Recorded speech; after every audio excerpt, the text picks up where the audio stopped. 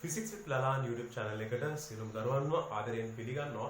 හොඳයි එහෙනම් අද දවසේදී මම නිව්ටන් නියම පාඩමේ ආරම්භ කරලා ඔයගොල්ලෝ රේඛී ගම්මිතා සංසිනීමේ මායක අධ්‍යයනය කරා. ඊටුන් පස්සේ සමතුලිතතාවය කියන කොටසට ආවා. නිව්ටන්ගේ පළමුවන නියමයේ පදනම් කරගනිමින්. ඒතර සමතුලිතතාවයට අපි වීඩියෝස් 4ක් විතර නරඹලා දැන් ඔන්න අවසාන වීඩියෝ එකට ඇවිල්ලා තියෙනවා. එහිදී අපි විශේෂයෙන්ම සාකච්ඡා කරා සමතුලිතතාවය යටතේ තුන්වෙනි කොටසේදී තුන්වෙනි දිගහැරුමේදී අපි සාකච්ඡා කරා ගූර්ණ මූලධර්මයේ පිළිබඳව. right ඒතර ගූර්ණ මූලධර්මයේ පිළිබඳව පදනම් කරගන්නමින් තමයි අපි හතරවෙනි දිගහැරුමත් එක්කත් එකතු වුණේ. ඒ ඔස්සේම පස්වෙනි දිගහැරුමත් එක්කත් එකතු වෙනවා ගූර්ණ මූලධර්මයේ මත පදනම් වන තවත් සුවිශේෂී කතාවක් පිළිබඳව සාකච්ඡා කරා. හොඳයි. එහෙනම් අද දවසේදී මාතෘකාව අපි දාගන්නවා ගුරුත්ව කේන්ද්‍රය. මාතෘකාව තමයි ගුරුත්ව කේන්ද්‍රය.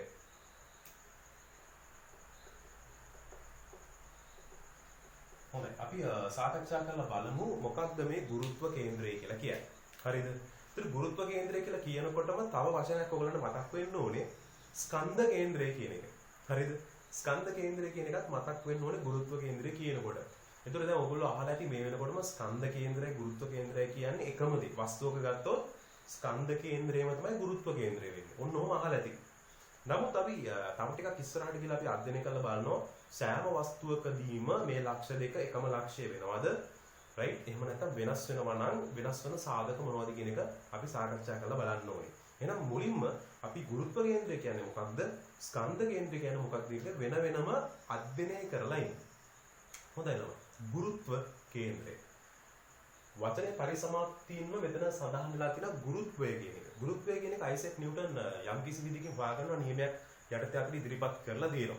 හරිද? ගුරුත්වාකර්ෂණය කියලා අලුත් පාඩමකුත් ඉගෙන ගන්නවා ඉදිරියේදී. ඒතර ගුරුත්වාකර්ෂණය මේ අයිසැක් නිව්ටන් හොයාගත්තු නියමයක් මත පදනම් වෙන කොටසක් තමයි අපි එතනදී අධ්‍යයනය කරන්නේ. ඒතකොට එතනදී කියනවා මේ පෘථුවිය මත තියෙන ඕනෑම වස්තුවක් මේක විශ්වයේ හැමතැනකටම අදාළයි. නමුත් අපි මෙතන කතා කරන්නේ පෘථුවිය සම්බන්ධ නිසා පෘථුවිය මත තියෙන ඕනෑම ස්කන්ධයක් මත පෘථුවියේ කේන්ද්‍රයේ දෙසට එහෙම නැත්නම් පෘථුවිය දෙසට ආකර්ෂණ බලයක් පවතිනවා කියලා පැහැදිලි කරනවා. හරිද? එහෙමනම් ඒක තමයි ගුරුත්වාකර්ෂණය කියලා කියන්නේ. අපි ගත්තොත් යම් කිසි ස්කන්ධයක් හරිද? යාගේ ස්කන්ධය වුණා මේක නම් පෘථුවිය. මේගොල්ලෝ දකින්නේ පෘථුවිය. පෘථුවිය දෙසට බලයක් ක්‍රියාත්මක වෙනවා කියලා අපි ඉගෙන ගන්නවා. මේ බලයේ විශාලත්වය අපිට ලැබෙනවා කියලා කියනවා ස්කන්ධය වැඩි කිරීම යම් කිසි නිශ්චිත අගයක් g කියලා. අපි ඒකට කියනවා ගුරුත්වජ ත්වරණය. 9.81 කියලා අපිට ලැබෙනවා. හරිද? ඒ අගයෙන් වැඩි කරාට පස්සේ අපිට ලැබෙන බලයට අපි කියනවා ඒ වස්තුවේ පවතින බර කියලා. පැහැදිලිද? පෘථුවි පෘෂ්ඨයේ මතදී පවතින බර. එතකොට තව කාරණාවක් තමයි ළමයි අපි දැනගන්න ඕනේ මේ මොහොතේදී මේ g කියන අගය හරිද? පෘථුවිය මත රඳා පවතින සාධකයක්. හරිද? පෘථුවිය මත රඳා පවතින සාධකයක් වගේම පෘථුවිය කේන්ද්‍රයේ ඉඳලා තියෙන දුර මතත් රඳා පවතින සාධකයක්. මම පෘථුවි පෘෂ්ඨයේ ඉඳලා දුර වැඩි වෙන්න කියන්නේ ඉහළට ගමන් කරන්න ඉබේම ළමයි මේ g ගේ අගය අඩු වෙනවා. g ගේ අගය අඩු වෙනවා කියලා කියන්නේ අපි තේරුම් ගන්න ඕනේ අපි මේකට w කියලා දාගෙන තමයි මොකද අපි සාමාන්‍යයෙන් w කියලා තමයි බලය දාන්නේ f කියනකට වඩා. හරිද? ඒ කියන්නේ ළමයි ඉබේම g ගේ අගය අඩු වෙනවා කියලා කියන්නේ w ගේ අගයත් අඩු වෙනවා.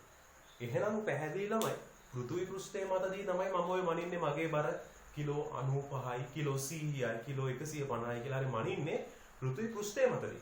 අපි ඕක පෘථිවි පෘෂ්ඨයෙන් වෙනත් තැනකට ගිහිල්ලා මනිනකොට අපි දන්නවා බර වෙනස් වෙනවා. හරිද? අපේ බර වෙනස් වෙනවා. පැහැදිලිද මම මේ කියන කාරණාව? right. ඒ කියන්නේ ළමයි මෙතනදී අපි තේරුම් ගන්න ඕනේ. ප්‍රධාන වශයෙන්ම කාරණාවක් මේ ගුරුත්ව කේන්ද්‍රය මත පදනම් වෙන්න ගුරුත්වාකර්ෂණය කියන කතන්දරය බලපානවා. එතකොට මොකක්ද මේ ගුරුත්ව කේන්ද්‍රය කියලා කියන්නේ? ගුරුත්ව කේන්ද්‍රය කියලා කියන්නේ අපි ගමු සාමාන්‍ය මේ වගේ වස්තුවක් ගමු.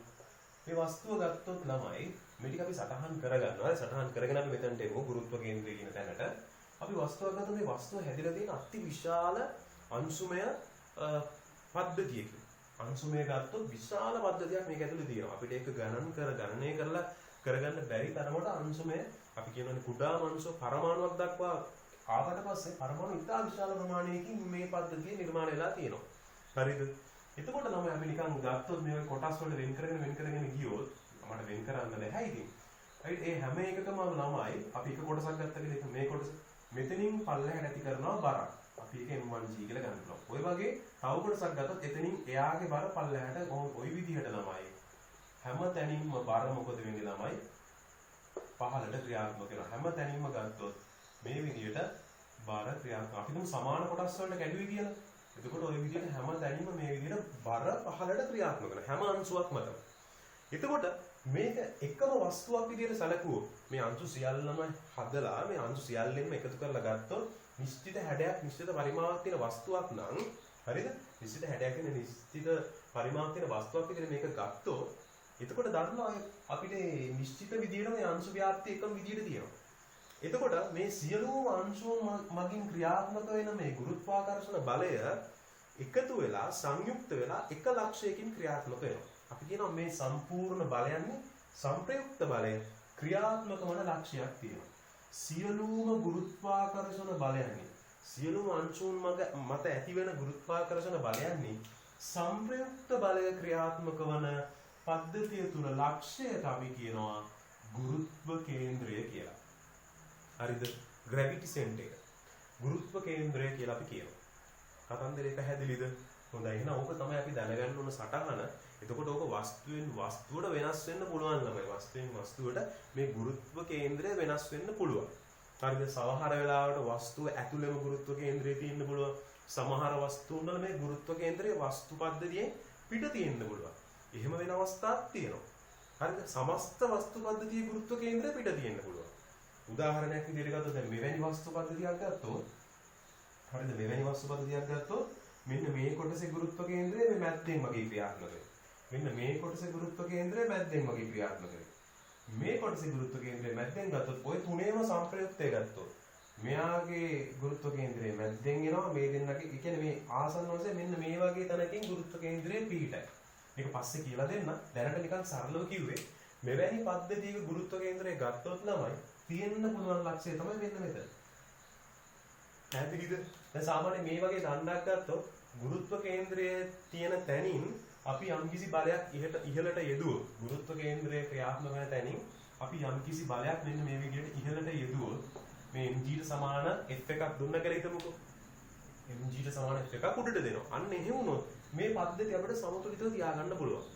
ගුරුත්ව කේන්ද්‍රයේ ලක්ෂය දන්නවා නම් එතනින් mg ට සමාන බලයක් ඉහළට දුන්නොත් මේ පද්ධතිය ලස්සනට අපිට සමතුලිතව තියාගන්න පුළුවන්. හැබැයි කවමදාක්වත් මේ පද්ධතිය අපිට ඒ ආකාරයට තියාගන්න බැරුව යනවා. හරිද? ඒ කියන්නේ ගුරුත්ව කේන්ද්‍රය මත අපිට බලයක් දෙන්න බෑ. ගුරුත්ව කේන්ද්‍රයේ මගිනේ ගුරුත්ව කේන්ද්‍රයේ තියෙන ලක්ෂය තියෙනවනේ. ඒ ලක්ෂය මත අපිට බලයක් දෙන්න බෑ. මොකද ඒ ලක්ෂය තියෙන්නේ පද්ධතියෙන් එළියලා. පැහැදිලිද? අපි තුන් මේ වගේ තහඩුවක් තිබ්බයි කියලා මම මේක ඇඟිල්ලෙන් අරගෙන සමතුලිත කරන්න කොහේ හරි ලක්ෂයක තිබ්බට කවමදාකවත් මට මේ පද්ධතිය සමතුලිත කරන්න බැරුව යනවා. පැහැදිලිද මම මේ කියන කාරණාව? නමුත් මේ පද්ධතිය පුළුවන්. හරි? මේ පද්ධතිය පුළුවන් මේ පද්ධතිය බැරුව යනවා.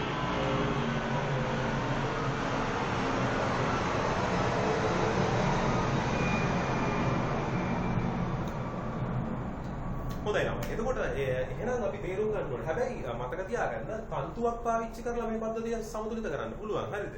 තන්තුවක් පාවිච්චි කරලා පද්ධතිය සමතුලිත කරන්න පුළුවන්. මේ පද්ධතිය සමතුලිත කරාගෙන මේ පද්ධතිය සමතුලිත කරාගෙන කිසි ප්‍රශ්නයක් නැහැ. මම කිව්වේ මේ ඇඟිල්ල එහෙම නැත්නම් අපි හිතමු පිහිදාරයක් තුඩුවක් පාවිච්චි කරලා කොයි වෙලාවකත් මේ පද්ධතිය සමතුලිත කරන්න බැරුව වෙනවා. මොකද ඒකට හේතුව ගුරුත්ව කේන්ද්‍රයේ තියෙන වස්තු පද්ධතියෙන් පිටත.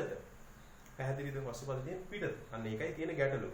එකම එක අවස්ථාවක් තියෙයි දැන් ඒක අපි ඉදිරියට සාකච්ඡා කරමු. මෙන්න මේ පද්ධතිය මෙන්න මේ හරහා අපිට යම්කිසි විදියකින් තියාගන්න පුළුවන් වුණොත් ගුරුත්ව කේන්ද්‍රය එළියේ තිබුණත් මේ හරහා යම්කිසි විදියකින් අපිට පිහිදාරයක් කොහෙම නැත්නම් ඇඟිලි තියාගන්න පුළුවන් වුණොත් මේ හැඩේ අනිත් පැත්ත හැරිලා ඉවරලා සමතුලිත තියෙන්න පුළුවන්. හරිද? කාරණාව අපිට ගුරුත්ව කේන්ද්‍රයේ ලක්ෂය මත තියන්න බැරි වුණාට ඒ ලක්ෂය හරහා යන සිරස් රේඛාව මත තියාගන්න පුළුවන් වෙනවා. අන්න එහෙම තියාගන්න පුළුවන් වුණා නම් පද්ධතිය සමතුලිතව තියාගන්න පුළුවන් කියන කාරණාවත් අපි ඉදිරියේදී සාකච්ඡා කරලා බලමු. හොඳයි. දැන් එහෙනම් අපි පාඩම ආරම්භයක් දාගත්තනේ. මේ ගුරුත්ව කේන්ද්‍ර කියන්නේ මොකක්ද කියන කතන්දරේ නේ? රයිට්. එහෙනම් පොඩි සටහනක් දාගමු මෙන්න මේ විදිහට. ලියා ගන්න මෙන්න මේ වගේ. ලියා ගන්න ගුරුත්වාකර්ෂණය නැමැති සංකල්පයේ ඔස්සේ ගුරුත්වාකර්ෂණය නැමැති සංකල්පයේ ඔස්සේ පෘථුවිය මත ඇති ඕනෑම වස්තුවක් මත පෘථුවිය මත ඇති ඕනෑම වස්තුවක් මත පෘථුවියේ කේන්ද්‍රයේ දෙසට ආකර්ෂණ බලයක් ක්‍රියාත්මක වන බව නිව්ටන් විද්‍යාඥයා විසින් පෙන්වා දෙන ලදී. මෙම ආකර්ෂණ බලයේ විශාලත්වය වස්තුවේ මුළු ස්කන්ධය මතත් ගුරුත්වජ ත්වරණය මතත් රඳා පවතින බව පෙන්වා දෙන ලදී. තවද ගුරුත්වජ ත්වරණය පෘථිවි පෘෂ්ඨයේ සිට ඉහළට ගමන් කිරීමේදී අඩුවන බැවින් වස්තුවක බරද පෘථිවි පෘෂ්ඨයේ සිට ඉහළට රැගෙන යාමේදී ක්‍රමානුකූලව අඩුවේ. right හොඳයි. මේ ටික අපිට මූලිකව සටහන් කරගෙන පොඩ්ඩක් මේ රූප සටහන අපි ඇඳ ගමු. මේ රූප සටහන ඇඳ ගන්න. හරිද? ඔයගොල්ලෝ දකින්න රූප සටහන මෙන්න මේ ටික විතරක් ඇඳ ගන්න. පැහැදිලිද? alright. මේ ටික විතරක් ඔයගොල්ලෝ සටහනක් දාගන්න මේ ටික. හරිද? හොඳයි. ඊට පස්සේ මේ ටික සටහන දාගත්තට පස්සේ සටහන් කරගන්න මෙන්න මේ විදියට. තියාගන්න නිශ්චිත හැඩයක් හා නිශ්චිත පරිමාවක් සහිත ඝන වස්තුවක් සැලකූ විට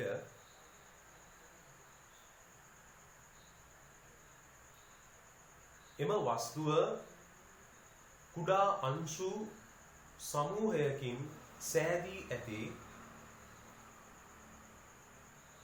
නිශ්චිත අංශු ව්‍යාප්තියක් ලෙස සැලකිය හැක.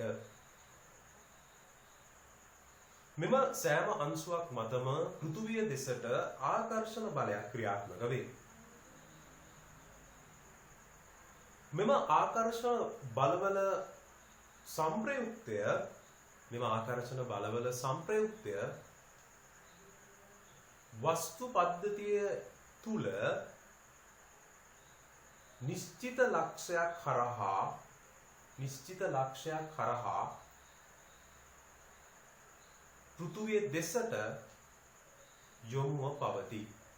පෘථුවිය දෙසට යොමුව පවතී. වස්තු පද්ධතිය තුල එම නිශ්චිත ලක්ෂය වස්තු පද්ධතියේ ගුරුත්ව කේන්ද්‍රය ලෙස හඳුන්වනු ලැබේ.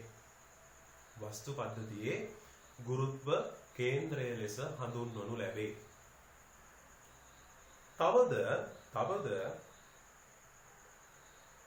වස්තු පද්ධතියක ගුරුත්ව කේන්ද්‍රය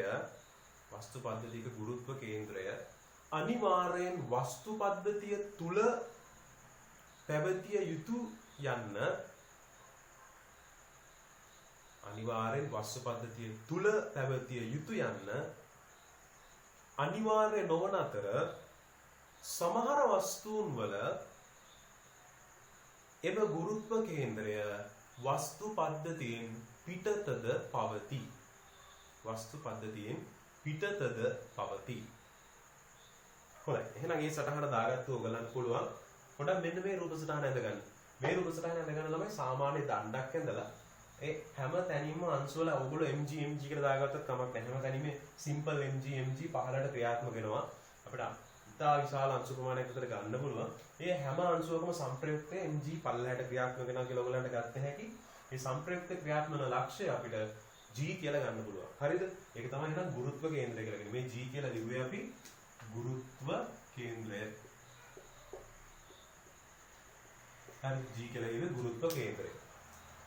පැහැදිලිද? right. එතකොට ඒ සටහන දාගත්තට පස්සේ ඔයගලන්ට පුළුවන් මෙන්න මේ විදිහට ලියා ගන්න. මේකට උදාහරණයක් විදිහට දාගමු ළමයි. උදාහරණයක් විදිහට දාගන්න ගුරුත්ව කේන්ද්‍රය මේ පද්ධතියයි මම උපසටහන ඇඳගෙන ගුරුත්ව කේන්ද්‍රය පද්ධතියෙන්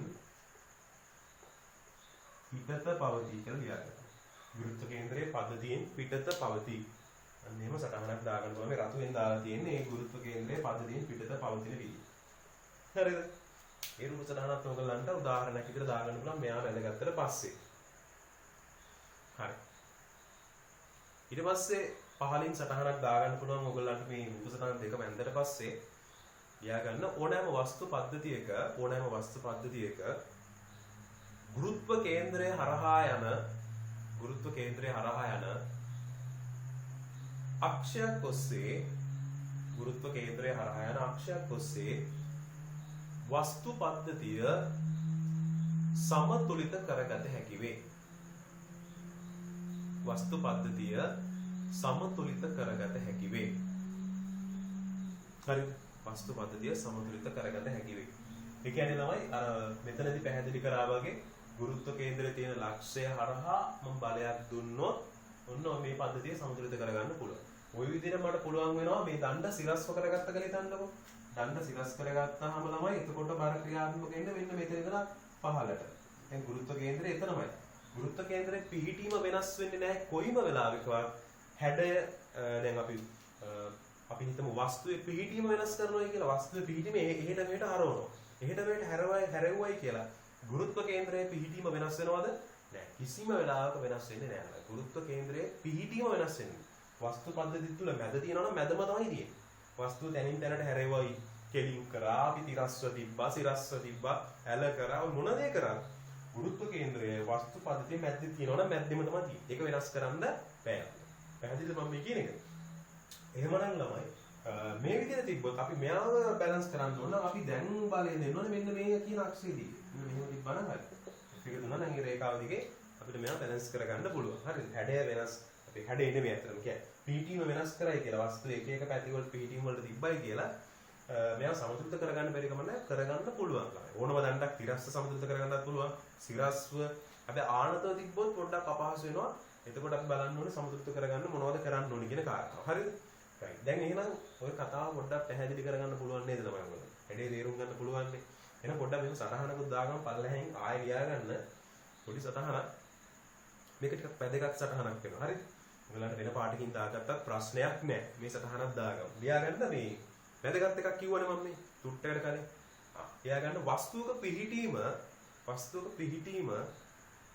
පමණක් වෙනස් කළ විට වස්තුවක පිහිටීම පමණක් වෙනස් කළ විට එහි ගුරුත්ව කේන්ද්‍රයේ පිහිටීම කිසි විටක වෙනස් නොවේ. ඒ ගුරුත්ව කේන්ද්‍රයේ පිහිටීම කිසි විටක වෙනස් නොවේ. පැහැදිලිද?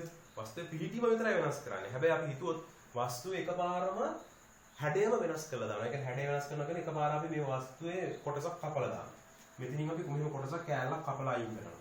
එතකොට තමයි බය වෙන්න දෙන්නේ අනිවාර්යෙන් ගුරුත්ව කේන්ද්‍රය වෙනස් වෙනවා. දැන් වස්තුවේ පිහිටීම විතරක් නෙමෙයි වෙනස් කරලා තියෙන්නේ. පිහිටීම වෙනස් නොකර වුණා වස්තුවේ පරිමාව වෙනස් කරනවා. පරිමාව වෙනස් කරපු ගමන් මොකද වෙන්නේ? ගුරුත්ව කේන්ද්‍රය වෙනස් වෙනවා. ආයෙ කතාව දෙකක් නැහැ.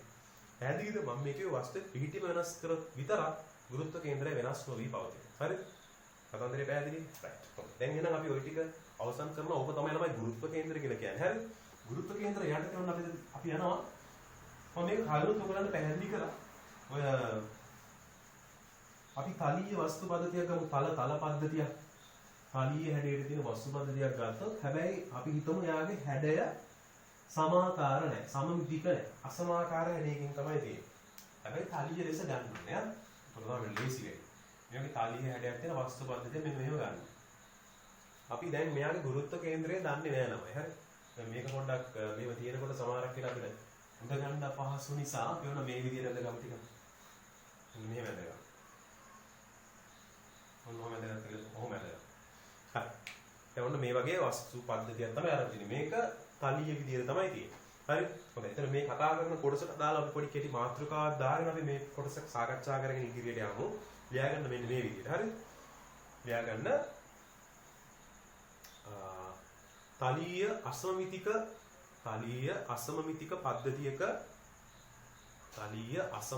පද්ධතියක ගුරුත්ව කේන්ද්‍රය සෙවීම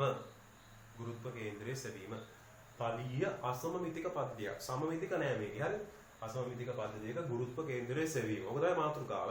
ඊට අපි බලමු මේකේ කොහොමද අපි හොයාගන්නේ ගුරුත්ව කේන්ද්‍රය. මේ පද්ධතිය ළමයි අපිට පුළුවන් යම් කිසි ක්‍රමවේදයක් පාවිච්චි කරලා අපි පාවිච්චි කරන මේ වස්තුවේ තැන් වලින් අපි තන්තුවක් අරගෙන තන්තුවකින් එල්ලනවා මේවා. එල්ලුවාට පස්සේ අපි හිතුවා මෙන්න මෙතනින් එල්ලුවයි කියලා. මෙතනින් එල්ලුවොත් තමයි අපි දන්නවා මෙයා අපි මෙහෙම එල්ලුවාම මෙහෙම තන්තුවෙන් එල්ලපුවාම එයා බැලන්ස් වුණා හරියට මෙන්න මේ විදියට. ඔන්න ඔහොම බැලන්ස් වුණා. හරි. එහෙනම් බය මේ විදියට අපි හිතුව මෙහෙම දැන් මෙයා පැද්දිලා අවසානයේදී හැඩය මෙහෙම සකස් වුණා. එහෙනම් අනිවාර්යෙන් මතක තියාගන්න මෙහෙම වුණොත් මෙන්න මේ සිරස් රේඛාව තියෙනව නේද? පෘථිවිය දෙසට යොමු වන සිරස් රේඛාව පෘථිවි පෘෂ්ඨයට ලම්බ කරන මෙන්න මේ සිරස් රේඛාව ගත්තොත් ඒ රේඛාව මත කොහි හෝ තැනක පිටත වෙන්න පුළුවන්. හරිද? වස්තුපදිනින් පිටත වෙන්න පුළුවන්, අභ්‍යන්තර වෙන්නත් පුළුවන්. කොහි හෝ තැනක අනිවාර්යෙන් ගුරුත්ව කේන්ද්‍රය පිටලා තියෙනවා. දැන් ඔන්න එක අයිඩියා එකක් ආවලා. අපි එක තැනකින් එල්ලපුවාම ඔය කොහේ හරි තැනක ගුරුත්ව කේන්ද්‍රය තියෙනවනේ මේ ලක්ෂය. මේ අක්ෂය තුල. හරිද? ඊට පස්සේ මම කරන්නේ ළමයි ඔන්න මෙතනින් ගලවලා හරිද? මේ තන්තු මෙතනින් ගලවලා අපි වෙන තැනකින් එල්ලනවා. අපිට මෙන්න මේ වගේ තැනකින් එල්ලුවා. මේ වගේ තැනකින් එල්ලුවාම ළමයි අපි හිතමු දැන් එතකොට දැන් මට මේ වස්තුපද්ධතිය හරවලා තමයි අඳින්න වෙන්නේ. මම හරවලා ඇඳොත් හිතන්නකෝ මෙන්න මෙහෙම තමයි දැන් බැලන්ස් වෙන්නේ. ඔන්න ඔහොමයි බැලන්ස් වෙන්නේ. ඒ හැඩේ මේ විදිහට මම ගන්න බැරිද? දැන් මෙතනින් එල්ලුවා නම් ළමයි හරි මෙතනින් මේ වගේ තැනකින් නේද එල්ලලා තියෙන්නේ. මේ වගේ තැනකින් එල්ලුවා නම් මෙන්න මෙහෙම එනවා වගේ අපි හිතන්න පුළුවන්. මෙන්න මෙහෙම එනවා වගේ. හරි. ඒ කියන්නේ මෙයා මෙතනින් එල්ලුවොත් තව ටිකක් මෙහෙට හැඩ වෙලා මෙහෙම හැරෙනවා. ඒතර මේ අක්ෂය මම මෙතන ඇඳොත් මේ අක්ෂයම මම මෙතන ඇඳගත්තොත් මෙන්න මෙහෙම තමයි. මේ වගේ පැත්තකට එල්ලුවොත් හරිද? මෙහෙම එල්ලුවොත් මේ පැත්තට එල්ලන්න බෑ. මේකම මම මෙතන අඳිනවා. හරිද? එහෙම එල්ලුවා නම් එයා මෙන්න මෙහෙම තමයි. ඒ අක්ෂයේ දිගේ තැනක තමයි අනිවාර්යෙන් ගුරුත්ව කේන්ද්‍රය තියෙන්නේ. මෙතනටත් ඒ concept එකම දැම්මොත් මේ අක්ෂයේ යම් කිසි තැනක ගුරුත්ව කේන්ද්‍රය තියෙනුනේ. වස්තුපතින් පිටත හෝ ඇතුළත. දැන් බලන්න ඔය කියන අවස්ථා දෙකම මම එකට එකතු කරනවා. මේ තියෙන්නේ පළමු අවස්ථාව. හරිද? පළමු අවස්ථාව. මේ තියෙන්නේ දෙවන අවස්ථාව. ඔයගලන්ට ඕන නම් තව තුන්වෙනි අවස්ථාවක් ගන්න. මෙන්න මේ වගේ තැනකින් එල්ලන්න. මේ වගේ තැනකින් එල්ලපුවාම කොහොමද තියෙන්නේ කියලා ඔයගලන්ට බලන්න ඕන. ඒ කියන්නේ මේ වගේ තැනකින් එල්ලුවා. ඒ හිතන්නකො අපි මේ වගේ තැනකින් එල්ලුවයි කියන්නේ අනිවාර්යෙන් මතක තියාගන්න. එහෙම එල්ලුවා නම් මෙන්න මේ ලක්ෂය හරහා යන විදියට සමතුලිත වෙන්න ඕන. ඒ කියන්නේ මෙන්න මෙහෙම තමයි සමතුලිත වෙන්නේ.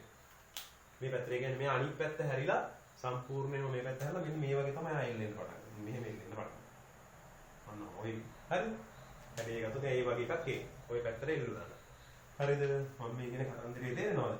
එතකොට ළමයි ඔයගලන්ට පේන ඇති නිශ්චිත ලක්ෂයක් හැම වෙලේම මේ අවස්ථාවේ පළවෙනි අවස්ථාවේ දෙවෙනි අවස්ථාවේ ඒ සිරස් අක්ෂ දෙක ඡේදනය වන ලක්ෂයක් කියනවා. ඒ ලක්ෂය හරහා තමයි ඕන තැනකින් එල්ලුවොත් ඒ අදාළ සිරස් අක්ෂයන් යොමුව පවතින. මෙන්න මේ ලක්ෂය හරහා පවතින හැම තැනින්ම එල්ලුවා. ඒ කියන්නේ මේ ලක්ෂය හරි සුවිශේෂයි. මේ ලක්ෂය තමයි ළමයි ගුරුත්ව කේන්ද්‍රය කියලා කියන්නේ. වස්තු පද්ධතියේ ගුරුත්ව කේන්ද්‍රය හොයාගන්න පුළුවන් සරල ක්‍රමවේදයක් තමයි මේ උගල දැක්කේ. පැහැදිලිද මම මේ කියන එක? ඕනම වස්තු පද්ධතියකට මෙන්න මේ විදිහට හොයාගන්න පුළුවන්. හැබැයි මේ වස්තු පද්ධති ඝන වස්තුවක් වෙන්න ඕනේ. නිශ්චිත හැඩයක් නිශ්චිත පරිමාවක් තියෙනවා. අපිට කවමදාකවත් පරිමාව සැරින් සැරේට වෙනස් වෙන හැඩය සැරින් සැරේට වෙනස් වෙන වස්තු පද්ධතියක ගුරුත්ව කේන්ද්‍රය නිශ්චිත තැනක තියෙනවා කියන්න බෑ. උදාහරණයක් විදිහට අපි හිතමු shopping නුරයකට වතුර ටිකක් දාලා අපි යන්නේ ගුරුත්ව කේන්ද්‍ර හොයන්න. සම්පූර්ණයෙන් සංවෘත කරලා shopping නුරයක් නෙමෙයි නැතුව අපි හිතමු ඉටි කවරයක් රවුන්ඩ් ඉටි කවර බෝලයකට වතුර ටිකක් දාලා එහෙට මේක චලනය වෙන්න පුළුවන්. ඒතර තරලයක් දාලා අපි මේක තනින් තනට ගුරුත්ව කේන්ද්‍රය හොයන්න යනකොට මොකද වෙන්නේ? හැම අවස්ථාවෙම යාගේ හැඩය වෙනස් වෙනවා. එක එක විදිහට හැඩය වෙනස් වෙනවා. ඉතින් හැඩය වෙනස් වෙනකොට ගුරුත්ව කේන්ද්‍රය එක තැනක තියෙන්නේ නැතුව යනවා. තේරෙනවද? පද්ධතියේ ගුරුත්ව කේන්ද්‍රය එක තැනක තියෙන්නේ නැතුව. අපි කියන නිශ්චිත හැඩයක්, නිශ්චිත පරිමාවක් තියෙන මේ ඝන වස්තු වල තමයි මේ අපි සාකච්ඡාව සිදු කරගෙන යන්නේ. කතන්දරේ පැහැදිලි කියලා හිතනවා ළමයි. දැන් එහෙනම් අපි පොඩි සටහනක් දාගෙන මේක රූප සටහන ඇඳගමු. ලියාගන්න මෙන්න මේ විදිහට. ලියාගන්න අසමාකාර පද්ධතියක ගුරුත්ව කේන්ද්‍රය සොයා ගැනීම සඳහා අසමාකාර පද්ධතියක ගුරුත්ව කේන්ද්‍රය සොයා ගැනීම සඳහා ප්ලේන් එක යනකයි.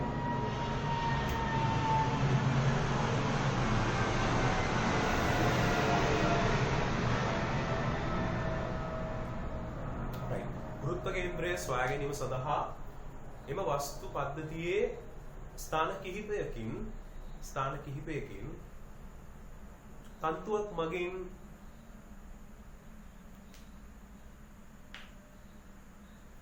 මගින් එල්ලන විට සමතුලිත වෙන එම සිරස්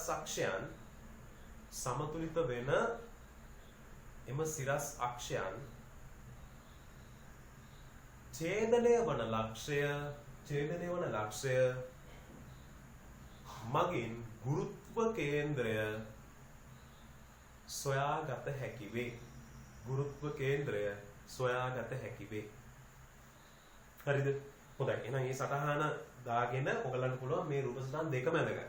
පළවෙනි අවස්ථාවේදී මේ තියෙන්නේ දෙවෙනි අවස්ථාවේදී අවස්ථා දෙකම මම එකට ෆික්ස් කරා. එතන මේ තියෙන්නේ දෙවෙනි අවස්ථාව. මේ දෙකම එකට ෆික්ස් කරපුවාම මෙතන එනවා G කියලා. මේ තියෙන්නේ තුන්වෙනි අවස්ථාව. ඔයගොල්ලෝ ඕන තරම් අවස්ථාවකට එකතු කරොත් කොහොමද මේ G හරහා තමයි යන විදිහට තමයි මේ පද්ධතිය සමතුලිතව පවතින්නේ. හරිද ළමයි? ඒතර ඔයාලට ওই වගේ ඕන තරම් වස්තු පද්ධති හැඩ ගන්න කොහොම කරත් ඔහොම තමයි එන්නේ. හරිද? ඒ කියන්නේ කතා දෙකක් නෑ. උදාහරණයක් විදිහට අපි දැන් කලින් ගත්තේ මෙන්න මේ වගේ එකක්. මෙන්න මේ වගේ එක මම කලින් කියවනේ ගුරුත්ව කේන්ද්‍රය පිහිටන්නේ මේ වස්තු පද්ධතියෙන් එළිය මේ වගේ තැනක කියලා. එතකොට අපි හිතමු අපි එල්ලන්නේ මෙන්න මේ විදිහට. මෙතනින් එල්ලනවා කියලා. මෙතනින් එල්ලුවොත් හරියට මෙන්න මේ හරහා මේ පද්ධතිය මෙහෙම සමතුලිත වෙනවා ඔයගලන්ට දැක ගන්න පුළුවන්. අපි හිතමු එල්ලන්නේ මෙන්න මේ වගේ තැනකින් කියලා. මෙතනින් එල්ලුවා කියලා හිතන්න මේ වගේ. එතකොට අපි මෙයාව සමතුලිත වෙනවා කියලා දකින්නේ මේ විදිහට. මෙන්න මේව තමයි සමතුලිත වෙනවා කියලා දකින්නේ. අපි එල්ලන්නේ මෙතනින් නම් ගුරුත්ව කේන්ද්‍රය මෙතන නිසා හරිද? වස්තු පද්ධතිය මෙන්න මෙහෙම බැලන්ස් වෙයි. අපි මෙහෙම එල්ලුවොත් මෙහෙම කරලා බැලන්ස් වෙලා අපේ. මෙහෙම එල්ලුවොත් මේ විදිහට තමයි බැලන්ස් වෙලා අපේ. අපි තවත් තැනකින් එල්ලුවා කියලා හිතන්න. මේ වගේ තැනකින් එල්ලුවා කියලා හිතන්න. මේ වගේ තැනකින් එල්ලුවා. එතකොට අපි දකින්නේ මෙන්න මේ විදිහට. හරි. මේ විදිහට දකිනවා කියලා කියන්නේ අපි අපහසුයෙන් හදගන්න මේ. මේ වගේ තැනකින් ගුරුත්ව කේන්ද්‍රය දෙනවා කිව්වේ. එතකොට පද්ධතිය මෙහෙම එල්ලුවා නම් ඔන්න ඔහොම තමයි අපි දැකගන්නේ. එක විදියට එක අවස්ථාවලදී එල්ලන විදිය අනුව පද්ධතිය බැලන්ස් වෙලා හිටිනවා. පැහැදිලිද? එක අවස්ථාවේ මේකත් ඕන ඔයාලට උදාහරණයක් විදිහට දාගන්න පුළුවන්. හරිද? මේ එක අවස්ථාව, පළවෙනි අවස්ථාව දෙවෙනි විදියට එල්ලුවාම, තුන්වෙනි විදියට එල්ලුවාම ඔයාලට ඕන අවස්ථාවල් හැඩ බලන්න කොහොම එල්ලුවා මේ ගුරුත්ව කේන්ද්‍රය හරහා යන විදිහට මේ වස්තු පද්ධතිය එක හැඩවල වලට එනවා. දැන් දැන් එල්ලුවාම ඔයාලට ඕන මේක උදාහරණයක් විදිහට බලන්න පුළුවන්. හරිද? උදාහරණයක් විදිහට බලන්න පුළුවන්. මෙන්න මේ කියන කතන්දරය. පැහැදිලි නේද? රයිට් හොඳයි. දැන් එහෙනම් කතන්දරේ ওই විදිහට අපි උදාහරණය සහිතව සටහන් කරගත්තට පස්සේ මේ උදාහරණය තුන දාගන්න. මේ උදාහරණ සටහන් කරගත්තට පස්සේ මම යනවා දැන් ගුරුත්ව කේන්ද්‍රය කියන කතන්දරේ මම උතනින් තියලා ස්කන්ධ කේන්ද්‍රය කියන කතන්දරය පිළිබඳව සාකච්ඡා කරන්න යනවා. හරිද? ඊට කලින් යන්න කලින් මම ඔයගලන්ට පොඩි විශේෂිත කරුණු කිහිපයක් දෙන්නම්. හරිද? මේක ලොකුවටම වැදගත් වෙන්නේ නැහැ. නමුත් ටිකක් දැනගෙන ඉන්න තරමට හොඳයි. මේක මතක තියාගන්න අවශ්‍ය වෙන්නේ නැහැ. හැබැයි අර හැමදේම කියනවා අවශ්‍ය නැති වුණාට මතක තියාගන්න තරමට හොඳයි තමයි. හරි? ටිකක් විතර ඔළුවේ තිබුණොත් මෙහෙම දෙයක් කියනවා කියන කාර්ය ඔළුවේ තියෙන එක වටිනවා. හරිද? ඒක නිසා පොඩි මේක මාතෘකාවක් විදිහට ඕනෙත් නැහැ ළමයි. පොඩි සටහනක් විදිහට දාගමු ලියාගන්න සමමිතික පද්ධති කිහිපයක ගුරුත්ව කේන්ද්‍රයේ පිහිටීම. සමමිතික පද්ධති කිහිපයක ගුරුත්ව කේන්ද්‍රයේ පිහිටීම. දැන් අසමමිතික පද්ධතියක අපිට මෙන්න මෙතන තියෙනවා කියලා නිශ්චිත වශයෙන් කියන්න බෑනේ. අසමමිතික පද්ධතියක් වුණාම හැඩය සරින් සැරේට වෙනස් වෙන්නේ නැහැ. එක හැඩේ තියෙන. ඉතින් අපිට එවැනි පද්ධතියක කියන්න බෑ මෙන්න මෙතනයි තියෙන්නේ කියන්න බෑ. වස්තුව අනුව තමයි ඒක තීරණය කරන්නේ. හරිද? නමුත් සමමිතික පද්ධතියක් ගත්තොත් එයාට නිශ්චිත දේවල් ටිකක් තියෙනවා. උදාහරණයක් විදියට ගෝලයක් ගත්තොත් ගෝලයක තියෙනවා නිශ්චිත අරයක්. මේ අරය දන්නවනම් අපිට කියන්න පුළුවන් ගුරුත්ව කේන්ද්‍රය කොතනද තියෙන්නේ කියලා. හරිද? ඒ වගේම ගෝලය ඝන ගෝලයක්ද කුහර ගෝලයක්ද වෙන්නේ කියන එක මතත් ඒක තීරණය කරන්න පුළුවන්. හරිද? එහෙනම් ඒක නිසා එවැනි පද්ධති කිහිපයක් අපි බලන්න යන්නේ. පළවෙනියම මම ගන්නවා. සමමිතික පද්ධතියක් විතර පළවෙනියම ගන්නේ මෙන්න මේ වගේ ඒකාකාර ඝනත්වයකින් යුතු දණ්ඩක්. ඒකාකාර ඝනත්වයකින් යුතු සිරස් දණ්ඩක ගුරුත්ව කේන්ද්‍රය. හරිද? ඒකාකාර ඝනත්වයකින් යුතු සිරස් දණ්ඩක ගුරුත්ව කේන්ද්‍රය මධ්‍ය ලක්ෂයේ පිහිටයි. මධ්‍ය ලක්ෂයේ පිහිටයි. හරියටම ළමයි මැද තමයි තියෙන්නේ. මධ්‍ය ලක්ෂයේ ගුරුත්ව කේන්ද්‍රයේ පිහිටන්න ඕනේ. ඒකේ කතා දෙකක් නැහැ. හරිද? ඒ කියන්නේ අපි ගත්තොත් දිග L කියලා දණ්ඩේ දිග L නම් හරියටම L බෙදීම දෙකක් දුරින් දණ්ඩේ එක් කෙළවරක ඉඳලා L බෙදීම දෙකක් දුරින් ගුරුත්ව කේන්ද්‍රය හරියටම වස්තු පද්ධතියේ මැද පවතිනවා. හරිද? ওই දණ්ඩ හරස්කඩ වර්ගඵලයේ සිලින්ඩරයක් වුණත් එහෙම නැත්නම් ත්‍රිකෝණ හැඩයට තිබුණත් මොන හැඩයට තිබුණත් හරස්කඩේ මම කියන්නේ මෙන්න මෙතන. හරි? මේ දණ්ඩ ත්‍රිකෝණ හැඩයට තිබුණත් එහෙම නැත්නම් සිලින්ඩර හැඩයට තිබුණත් වෙනත් හැඩයකට තිබුණත් right? කොහොමද අනිවාර්යෙන් මේකේ මැද තමයි වස්තු පද්ධතියේ මැද තමයි ගුරුත්ව කේන්ද්‍රය පවතින්න ඕනේ. හරි? එහෙනම් පළවෙනි එක අපිට ඒ විදිහට දාගන්න පුළුවන්. දෙවෙනි එක අපි ගමු මෙන්න මේ වගේ අපි ගමු සාධාරණ වෙන විදිහට ඍජුකෝණාශ්‍රාකාර හැඩැති තලයක ගුරුත්ව කේන්ද්‍රය ඍජුකෝණාශ්‍රාකාර හැඩති තලයක ගුරුත්ව කේන්ද්‍රය මේක හැබැයි අපි ගත්තොත් ළමයි ඍජුකෝණාශ්‍රාකාර වුණාම සමමිතික පද්ධතියක් වෙන්නේ නැහැනේ. එහෙමනම් අපිට ගන්න පුළුවන් සමචතුරස්‍රාකාර කියලාම ලියමු. හරිද? සමමිතික පද්ධති කියලා කිව්වා අපි නේද? එහෙනම් අපි ලියමු සමචතුරස්‍රාකාර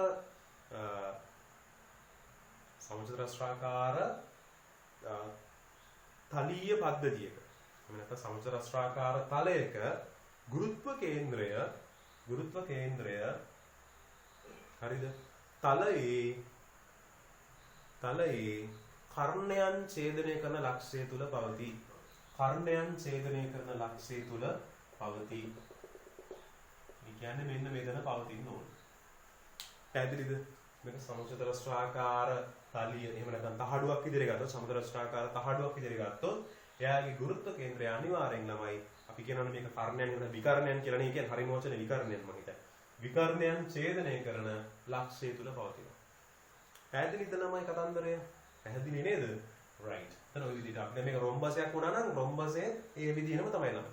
විකර්ණයන් ඡේදනය වන ලක්ෂය මත තමයි මේ ගුරුත්ව කේන්ද්‍රය පිහිටන්නේ. හරිද? right. ඊළඟට අපි තුන්වෙනි උදාහරණය විදිහට යමු. මෙන්න මේ වගේ මුදුවක. තව ඒකට මොනම ඇටච් කරනවා මුදුවක. ඒ වගේම හතර විදිහට ගන්නවා මේ වගේ ඝන තැටියක. හරිද? ඝන තැටියක. ඔය දෙකම මම එකට යන්න. හරිද? එතකොට මම තුන්වෙනි එක විදිහට ලියා ගන්නවා. ලියා ගන්න මුදුවක ගුරුත්ව කේන්ද්‍රය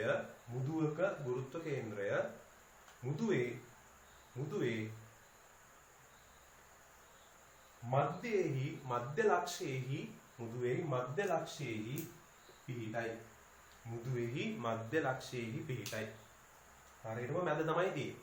හරිද? මුදුවේ තලයේම හරියටම මැද තියෙන ගුරුත්ව කේන්ද්‍රය. ඒ කියන්නේ වස්තු පද්ධතියෙන් පිට තමයි ළමයි මේ ගුරුත්ව කේන්ද්‍රය ලේලායින් තියෙන්නේ. හරිද? වස්තු පද්ධතිය පිටදී ගුරුත්ව කේන්ද්‍රය. හරි. එතකොට ඊළඟට හතරවෙනි එක ලියා ගන්න මෙන්න මේ විදිහට ඝන අපි මේකට තැටියක් කියන්නේ ඝන තැටියක ගුරුත්ව කේන්ද්‍රය තැටියේ මධ්‍ය ලක්ෂයේ පිහිටයි. ඝන තැටියක ගුරුත්ව කේන්ද්‍රය තැටියේ මධ්‍ය ලක්ෂයේ පිහිටයි. දෙකම එක වගේ තියෙනවා. හරි. පස්වෙනි එකත් අපි ගමු. පස්වෙනි එක මේවා ලේසියි. සිලින්ඩරයක් ගත්තොත් ළමයි සිලින්ඩරයක් අපි ඉක්මනට ලියාගෙන ගියොත් සිලින්ඩරයක් ගත්තොත් සිලින්ඩරේත් ළමයි හරියටම මෙන්න මේ විදිහට මැද්දේ තමයි පිහිටන්නේ. ලියාගන්න ඝන සිලින්ඩරයක ඝන හෝ කුහර සිලින්ඩරයක ගුරුත්ව කේන්ද්‍රය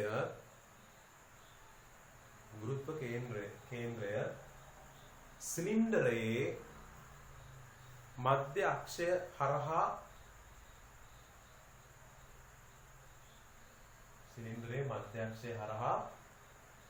සිලින්ඩරය එහෙම ලිව්වොත් පොඩි ගැටලුවක් එනවා නේ ළමයි. මෙහෙම සටහන් කරගමු. මධ්‍ය අක්ෂය හරහා කියලා ලිව්වොත් පොඩි ගැටලුවක් එන නිසා මෙහෙම සටහන් කරගමු. හරි සමාවෙන්න ඕනේ තන පොඩි වැරද්දීමක් වුණාට. යගන ඝන හෝ කුහර සිලින්ඩරයක ගුරුත්ව කේන්ද්‍රය සිලින්ඩරයේ මධ්‍ය ලක්ෂයේ පිහිටයි. එතන ඕගොල්ලෝ ඒක තේරුම් ගන්න ඕනේ. වක්‍ර පෘෂ්ඨය ගත්තොත් වක්‍ර පෘෂ්ඨය හරියට මැද්දෙන් යන වක්‍ර පෘෂ්ඨ දෙකෙන් මැද්දෙන් යන අක්ෂය හරහා ඒ අක්ෂය හරියට මැද්දේ තමයි ගුරුත්ව කේන්ද්‍රය තියෙන්නේ. ඒක තමයි සිලින්ඩරයේ මධ්‍ය ලක්ෂය කියලා කියන්නේ. හරිද? සිලින්ඩරයේ මධ්‍ය ලක්ෂය කියලා කිව්වේ ඒකයි. ඝන හෝ කුහර සිලින්ඩරයක ගුරුත්ව කේන්ද්‍රය සිලින්ඩරයේ මධ්‍ය ලක්ෂයේ පිහිටයි. ඒවා අපි සාමාන්‍යයෙන් දන්න දේවල්නේ. ඉක්මනින් සටහන් කරගෙන ගිය හැකි. දැන් අපි එනවා ඔන්න ඊළඟට. මේකත් අපි දන්නවා. හරි? මේකත් අපි දන්නවා. ඒ කියන්නේ මේ ඇවිල්ලා ගෝලයක් නෝ. මේක තැටියක් නෙමෙයි මේක ගෝලයක්. එකක් සටහන් කරගමු. ඝන හෝ කුහර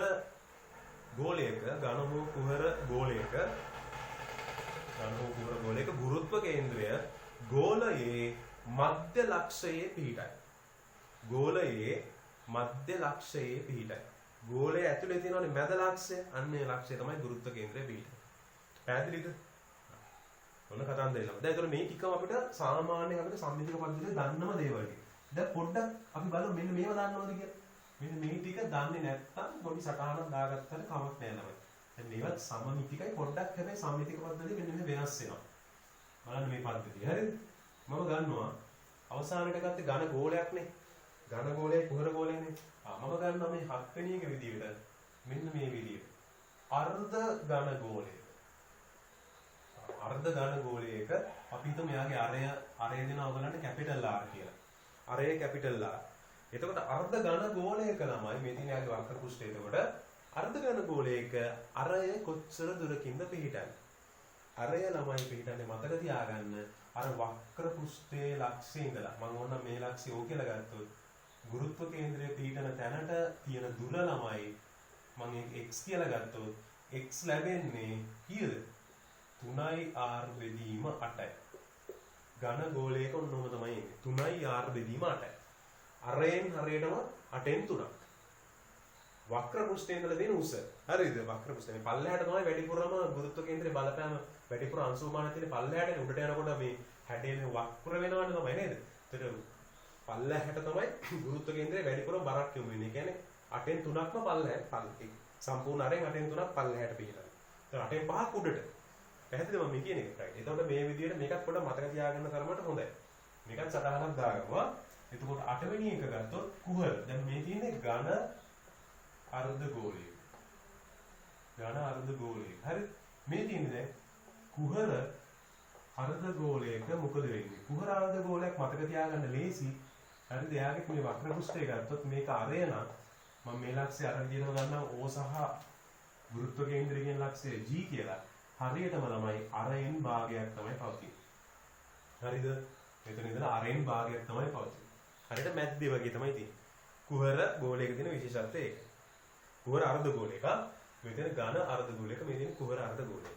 ඔය ටික දැනන් හිටියනම් හොඳයි. ඕලෙල් කාලේ සමහරට ඉගෙන ගන්නත් ඇති. හරිද? ඒ ටිකක් පොඩි සටහනක් දාගමු. 9 වෙනි එක විදිහට දෙනවා මෙන්න මේ වගේ වක්‍ර පෘෂ්ඨයක් තියෙන. හරිද? මෙන්න මේ වගේ අපි එකට කියනවා කේතුව කියලා. අපි ගමු ඝන කේතුවක. ඝන කේතුවක ගුරුත්ව කේන්ද්‍රය. ඝන කේතුවක ගුරුත්ව කේන්ද්‍රය කොහෙද තියෙන්නේ? ඝන කේතුවක ගුරුත්ව කේන්ද්‍රය ළමයි අපි කියනවානේ මෙන්න මේකට අපි කියනවානේ ලම්බක උස කියලා. කේතුවේ තියෙන ලම්බක උස මේ h කියලා ගත්තොත් කොච්චරද ළමයි? ඝන කේතුවක නම් ළමයි පහළම වක්‍ර පෘෂ්ඨයේ සිට 4න් 1ක උසකින් තමයි තියෙන්නේ. ඒ කියන්නේ h බෙදීම 4ක් උසින්. මේක O කියලා ගත්තොත් g එක තියෙන්නේ හරියටම h බෙදීම 4ක් උසින්. පැහැදිලි තමයි? h බෙදීම 4ක් උසින්. සම්පූර්ණ උස ගත්තොත් කේතුවේ h නම් හරියටම h බෙදීම 4ක්. ඒ කියන්නේ පල්ලෙහාට වෙන්න තමයි මේ ගුරුත්ව කේන්ද්‍රය පිහිටන්නේ. හරිද? ඒ වගේම අපි ගමු මේකෙම ඊළඟ එක 10 වෙනි එක විදිහට ගත්තොත් කුහර කේතුවක ගුරුත්ව කේන්ද්‍රය. හරිද? කුහර කේතුවක ගුරුත්ව කේන්ද්‍රය ගත්තොත් මේ දෙන්නේ දැන් කුහර කේතුව. හරිද? ඔන්න එයාගේ තර විදිහටම ගත්තොත් මම මෙතනට උස h කියලා ගත්තොත් දැන් මම මෙතන ගන්නවා O ලක්ෂය, මෙතන ගන්නවා G ලක්ෂය. මෙයාගේ හරියටම ගත්තොත් ළමයි මෙයාගේ OG අතර පරතරය දැන් මේ තාවේ මෙතනත් OG අතර පරතරය. OG අතර පරතරයෙන් ළමයි h කින් 3න් එකක්. හරිද? h කින් 3න් එකක්. මෙයාගේ 4න් ගන්නේ මෙයාගේ 3න් එකක් විදිහට තමයි. හැබැයි කුහර කේතුවක ගුරුත්ව කේන්ද්‍රය තමයි මේ දීලා තියෙන්නේ. පැහැදිලිද ළමයි? දැන් ඔන්න ওই විදිහට අපිට විවිධ ආකාරයේ දේවල් දෙන්න පුළුවන්. මේවා ටිකක් මතක තියාගන්න තරමට හොඳයි. හරිද? මතක තියාගන්න තරමට හොඳයි කියන එක මොකද කියන්නේ සමහර වෙලාවට සමහර ගණනය කිරීම આવොත් මේක දැනගන්නවා කියන්නේ ඉතින් අපිට වාසියක් එතන. හරිද? right. හොඳයි. දැන් එහෙනම් ඔය මම සටහන් කරේ ළමයි ගුරුත්ව කේන්ද්‍රය යටතේ ගුරුත්ව කේන්ද්‍රය විවිධ පද්ධතිවල තියෙන්න පුළුවන් විදිය. අසමමිතික පද්ධතිය කොහොමද හොයාගන්නේ? සමමිතික පද්ධතිවල අපිට ගණනය කිරීම වලින් හදලා දීලා තියෙනවා මෙන්න මේ තැන් වල තමයි තියෙන අපිට තියෙන මතක තියාගන්න. හරිද? ඔය වගේ සරලයිනේ නේ පද්ධතියේ ගුරුත්ව කේන්ද්‍රය තියෙන විදිය. හරි. දැන් ඊළඟට අපි යනවා තවත් කතන්දරයකට. මම අර කිව්වා වගේ ස්කන්ධ කේන්ද්‍රය පිළිබඳව තමයි සාකච්ඡා කරන්න යන්නේ. එහෙනම් ඉතා ඉක්මනින් යමු ස්කන්ධ කේන්ද්‍රය. මාතෘකාව දාගන්න ස්කන්ධ කේන්ද්‍රය. right. මොකක්ද තමයි මේ ස්කන්ධ කේන්ද්‍රය කියලා කියන්නේ? ස්කන්ධ කේන්ද්‍රය යටතේ අපි අර්ථ දැක්වීම දාගන්න මෙන්න මේ විදිහට ලියා ගන්න. වස්තු පද්ධතියක සෑදී ඇති සියලුම අංශුන් වල ස්කන්ධයන් කේන්ද්‍රගත වන ලක්ෂය ස්කන්ධ කේන්ද්‍රය ලෙස හඳුන්වනු ලැබේ. right. වස්තු පද්ධතියක් සෑදී ඇති අංශු වල ස්කන්ධයන් කේන්ද්‍රගත වන ලක්ෂය ස්කන්ධ කේන්ද්‍රය ලෙස හඳුන්වනු ලැබේ. හරි. ඊට පස්සේ ලියාගමු මෙන්න මේ විදිහට සාමාන්‍යයෙන් වස්තු පද්ධතියක ස්කන්ධ කේන්ද්‍රයත් ගුරුත්ව කේන්ද්‍රයත් එකම ලක්ෂය වේ. ස්කන්ධ කේන්ද්‍රයත් ගුරුත්ව කේන්ද්‍රයත් එකම ලක්ෂය වේ. හරි. සාමාන්‍යයෙන්. ඒතර අසාමාන්‍ය අවස්ථාව මොකක්ද කියලා පොඩ්ඩක් කල්පනා කරලා බලමු. ඔන්න තමයි අසාමාන්‍ය අවස්ථාව. මේකත් හොඳට තේරුම් ගන්න ඕනේ. දැන් මේ තමයි පෘථුවිය. මේ තියෙන පෘථුවිය. මේක දකින්නේ පෘථුවිය. හරි. පෘථුවියේ ඉඳලා අපි ගමු දැන් මේ අපි දන්නවා දැන් උඩට යන්න අපි දන්නවා මේ ගුරුත්වජ ත්වරණය එන්න අඩු වෙනවා. උඩට යන්න ගුරුත්වජ ත්වරණය අඩු වෙනවා කියලා අපි දන්නවා. අපි ගමු විශාල වස්තුවක්. දැන් මේ වගේ ටිකක් විශාල වස්තුවක් නේ. පොඩි වස්තුවක් නම් මේ පෘථුවියත් එක්ක බලද්දි පේන්නේ නැති තරන්නේ. මෙතන යනවා මට පේන්නේ නේද? මම මේ වගේ ටික විශාල ග්‍රහක වස්තුවක් ගත්තොත් තමයි හරිද? ග්‍රහක වස්තුවක් ගත්තොත් මේ පද්ධතියේ තනින් තැනට ඔයගලන්ට පේනවා මේ වස්තු විශාල නිසා තනින් තැනට අපි කොටස් ගත්තොත් ඒ තැන් වල තියෙන නිශ්චිත ගුරුත්වජ ත්වරණයක් නෙමෙයි. ඇයි? වස්තු පද්ධතිය උඩට යන්න මොකද මේ ගුරුත්වජ ත්වරණය වෙනස් වෙනවා. හරි? වස්තු පද්ධතිය විශාල. මේ ඇවිල්ලා විශාල වස්තු පද්ධතිය. විශාල වස්තු පද්ධතිය. හරිද? විශාල වස්තු පද්ධතියක උඩට යන්න මොකද වෙන්නේ? ළමයි ගුරුත්වජ ත්වරණය අඩු වෙනවා. සමහර වෙලාවට ළමයි අපි හිතුව මෙන්න මේ ගුරුත්වාකර්ෂණ ක්ෂේත්‍රය මෙතනින් ඉවර වෙනවා. එතන මෙතනින් ගුරුත්ව ත්වරණය පවතින බිඳුවයි. එතනින් පැන්නට පස්සේ තියෙන්නේ තනිකර ගුරුත්වජ ත්වරණයක් නැති අවකාශයක්. ඒ කියන්නේ අපි කියනවා මේක අවකාශය කියලා. ඒ කියන්නේ කිසිම ගුරුත්වාකර්ෂණයක් නැහැ. අවකාශය කියලා කියන්නේ. හරිද? කියන්නේ කොයි වෙලාවකත් පෘථිවියට ආකර්ෂණය වෙන්නේ නැහැ. ඒතර එතනින් ඒ කොටසක් පැන්නට පස්සේ තමයි එතන කිසිම ආකාරයක බරක් දැනෙන්නේ නැහැ ඒ කොටසට. යම් කිසි කොටසක විතරයි බර දැනෙන්නේ. එතනින් එහාට බර දැනෙන්නේ නැහැ. එතකොට ළමයි මේ පද්ධතියේ ගුරුත්වජ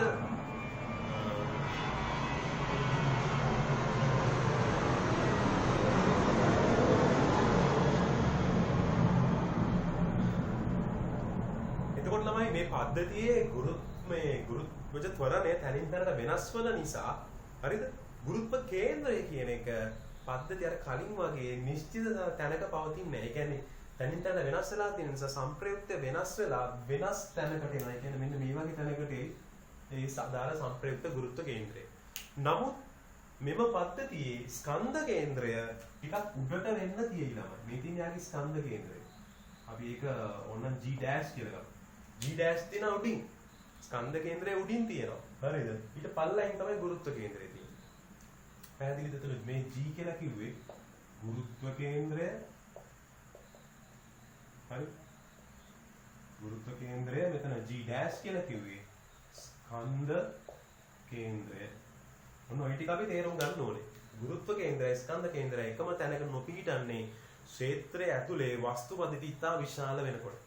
ඕක පැහැදිලි කරන්න පුළුවන් මෙන්න මේ විදිහට. මම මේක සටහනක් දාගන්න දෙනවා. තව ළමයි තියෙනවා. ඔයගොල්ලෝ නොදන්නා වුණාට මේක ඔයගොල්ලෝ දැනටම දැනගන්න විදිහක් නැහැ. හැබැයි ඉදිරියේදී ඔයගලන්ට උගන්වනවා උත්ප්ලවකතා කේන්ද්‍රය කියලා. තවත් වස්තු පද්ධතියක කියන ඕන වස්තු පද්ධතියක මෙන්න මේක පවතින්න පුළුවන්. උත්ප්ලවකතා කේන්ද්‍රය. ඒ තමයි ළමයි අපි ගත්තොත් වතුර ඇතුලේ යම් කිසි වස්තුවක් අපි හිතමු මෙන්න මේ පාවෙන වස්තුවක් ගැන අපි හිතමු. මෙන්න වතුර ඇතුලේ පාවෙන වස්තුව. එතකොට අපි දන්නවා මේ වස්තු පද්ධතිය ඒකාකාර නම් එයාගේ ගුරුත්ව කේන්ද්‍රය හරියට මෙන්න මේ වගේ මැද්ද තැනක පිහිටයි. මේ වගේ මැද්ද තැනක ගුරුත්ව කේන්ද්‍රය මෙහෙම පිහිටයි. මෙතන තියෙන ජලය හරි. මේ දැන් වස්තු පද්ධතිය මෙහෙම තියෙනවා. එතකොට ළමයි හොඳට කල්පනා කරන්න හරි. ගුරුත්ව කේන්ද්‍රය ටිකක් මේ ජල මට්ටමෙන් උඩට වෙන්න වගේ තියෙනවා. තවටයක් වුණා අපිට අඳගන්න මෙන්න මෙහෙම තියෙනවා. හරි. ගුරුත්ව කේන්ද්‍රය මේ තවටයක් උඩට වෙන්න වගේ මෙන්න මැද්දෙන් පිහිටන විදිහට මෙහෙම ගුරුත්ව කේන්ද්‍රය තියෙන්නේ මෙහෙමයි. දැන් මේ වස්තු පද්ධතිය ජලය තුල ගිලිලා තියෙන පරිමාව ගත්තොත් මෙන්න මේ වගේ පරිමාවනේ තියෙන්නේ. මේ තියෙන ජලය තුල ගිලිලා තියෙන පරිමාව. ඒතර මේ ජල පරිමාවනි ඉවත් උනේ මේක ඇතුලේ මේක ගිලෙනකොට පාවෙනකොට මෙන්න මේ කොටසට අදාළ ජල පරිමාව තමයි ඉවත් උනේ. ඉවත් වෙච්ච ජල පරිමාවේ ගුරුත්ව කේන්ද්‍රය පවතින්නේ මෙතන. හරි. ඒක G' කියලා මම ගන්නවා. ඉවත් වෙච්ච ජල පරිමාවේ ගුරුත්ව කේන්ද්‍රය පවතින්නේ ඒ කොටසේ මැද්දේ. මේකට තමයි අපි කියන්නේ උත්ප්ලවකතා කේන්ද්‍රය කියලා. උත්ප්ලවකතා කේන්ද්‍රය. පැහැදිලිද? උත්ප්ලවකතා කේන්ද්‍රය. එතකොට උත්ප්ලවකතා කේන්ද්‍රයයි වස්තු පද්ධතියේ ගුරුත්ව කේන්ද්‍රයයි එකම ලක්ෂ්‍ය වෙලා නැහැ. එතකොට මොකද වෙන්නේ? මෙයාට මෙහෙම පවතින්න බෑ ළමයි. මේ අපි හිතමු දැන් මේ ජලයේ මෙම පොඩ වුණත් අපි දකිනානේ සෙලවෙනවනේ. සෙලවෙනකොට මොකද වෙන්නේ ළමයි? මේ අක්ෂයේ සිරස්ව දින්නේ. මේ අක්ෂයේ සිරස්ව දින්නේ නැති වෙච්ච ගමන් පැත්තට ඇලවුනොත් එහෙම එතනින් ක්‍රියාත්මක වෙනවා මෙයාගේ බර. අපි හිතමු මෙන්න මේ පැත්තට ඇලවුණා කියලා. මේ පද්ධතියේ පැත්තට ඇලවුණා කියනකොට මෙන්න මේ පැත්තට ඇලවුණා. පැත්තට ඇලවුණොත් තමයි දැන් උත්ප්ලවකතා කේන්ද්‍රය මෙන්න මේ හරිය වගේ තියෙනවා. ගුරුත්ව කේන්ද්‍රය මෙන්න මේ පැත්තට යනවා. ගුරුත්ව කේන්ද්‍රය මේ පැත්තට යනවා. ඒතර එතනින් පල්ලෙහාට මේ mg එක ක්‍රියාත්මක වෙන්නේ. එතකොට මොකද වෙන්නේ? මෙයා ජලයේ පැත්තට කියන්නේ පෙරලෙන්න පටන් ගන්නවා. මෙන්න මේ අක්ෂය ඔස්සේ මේ පැත්තට ගූර්ණයක් ඇති වෙලා මෙයා මේ පැත්තට පෙරලෙනවා. පෙරලිලා අනිත් පැත්තට ගිලෙන්න පටන් ගන්නවා. එතකොට මොකද වෙන්නේ? මේ g කියන එක පල්ලෙහාට එනවා. g කියන එක පල්ලෙහාට ඇවිල්ලා ස්ථාවර වෙන්නේ මෙන්න මේ විදිහට. එතකොට ජලය තුල ගිලෙනකොට වස්තු පද්ධතියේ ගුරුත්ව කේන්ද්‍රය මෙහෙම පල්ලෙහාට එනවා. මෙන්න මේ වගේ තැනකට එනවා. උත්ප්ලවකතා කේන්ද්‍රය හරිද? උත්ප්ලවකතා කේන්ද්‍රය මෙන්න මේ වගේ ඊට ටිකක් උඩින් පිහිටනවා. මෙන්න මේ විදිහට උඩින් පිහිටනවා. හරි එතකොට තමයි කවමදාකවත් මෙයා පෙරලෙන්නේ නැහැ. පැහැදිලිව පෙරලෙන්නේ නැතුව මෙන්න මේ විදිහට තියෙනවා. එහෙම නැත්නම් මේ g ඩෑෂුයි g එකම ලක්ෂයක පිහිටයි. එකම ලක්ෂයක පිහිටයි. එහෙම නැත්නම් මේ විදිහට ඊට වඩා පල්ලෙහෙන් g පිහිටන්නත් පුළුවන්. ඔය ඒක වෙන්නත් පුළුවන්. කොහොම වුණත් ස්ථාවරව තියෙනවා. ওই වගේ සංසිද්ධියක් තමයි මෙතනක් තියෙන්නේ. මේ ක්ෂේත්‍රයේ ඇතුලේ කොටසක් තියෙනවා, එළියේ කොටසක් තියෙනවා. ගුරුත්වාකර්ෂණ ක්ෂේත්‍රය ඉවර වෙන තැන සහ එතනින් පස්සේ කොටස තියෙනවා. එතනින් පස්සේ එළියේ තියෙන කොටසක් තමයි මෙන්න මේ විදිහට ගන්න. ඔක සම්පූර්ණයෙන්ම ජලය ඇතුලේ ගිලිලා තිබ්බොනා. හරිද? සම්පූර්ණ මේ වස්තු පද්ධතිය ජලය ඇතුලේ ගිලිලා තිබ්බනම් වස්තු පද්ධතියේ ගුරුත්ව කේන්ද්‍රයයි උත්ප්ලවකතා කේන්ද්‍රයයි මේ දෙකම එකම ලක්ෂය බවට පත් වෙනවා. එහෙමනම් වස්තුව සම්පූර්ණයෙන්ම ජලය තුල ගිලිලා පාවෙවි තියෙනවා. අන්න එහෙම වුණා නම් හරි. පැහැදිලිද මම මේ කියන එක? රයිට් ඔය කතන්දරේ තේරුම් ගන්න උත්සාහ කරන්න. එහෙනම් පොඩ්ඩක් අපි මේ සටහන දාගමු.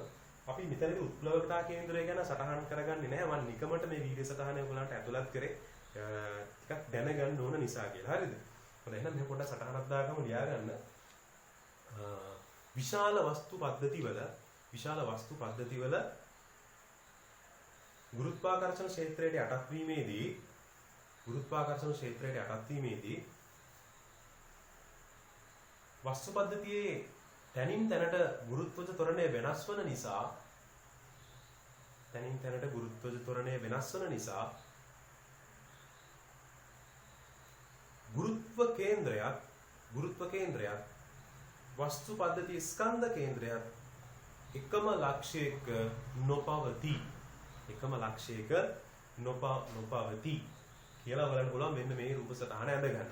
කාටද කෙනෙක්ට අවශ්‍යතාවයක් තියෙනවා නම් මේකත් පැත්තකින් දාගන්න පුළුවන්. මේ උත්ප්ලවකතා කේන්ද්‍රය කියලා කියන්නේ. හරිද? උත්ප්ලවකතා කේන්ද්‍රය. ඒ කියන්නේ ජලය තුල ගිලී ඇති වස්තුවක විස්ථාපිත ජල පරිමාවේ ගුරුත්ව කේන්ද්‍රයේ පවතින ගුරුත්ව කේන්ද්‍රයේ ලක්ෂය කියලා කියන්නේ. විස්ථාපිත ජල පරිමාවේ ගුරුත්ව කේන්ද්‍රයේ ලක්ෂය.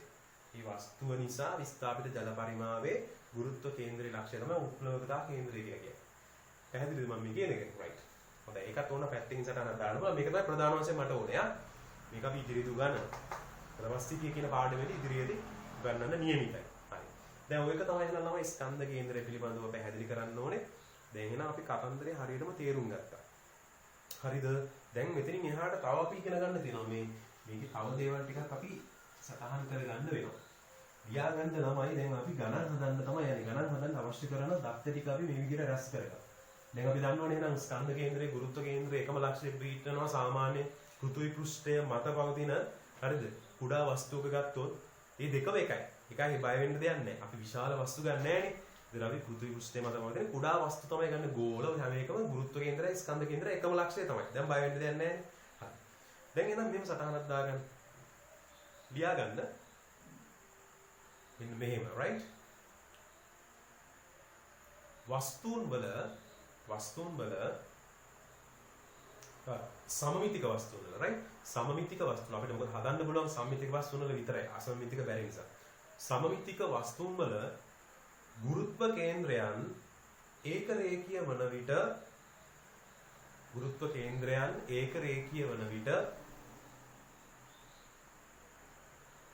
වස්තු පද්ධතියේ සංප්‍රයුක්ත ගුරුත්ව කේන්ද්‍රය සෙවීම.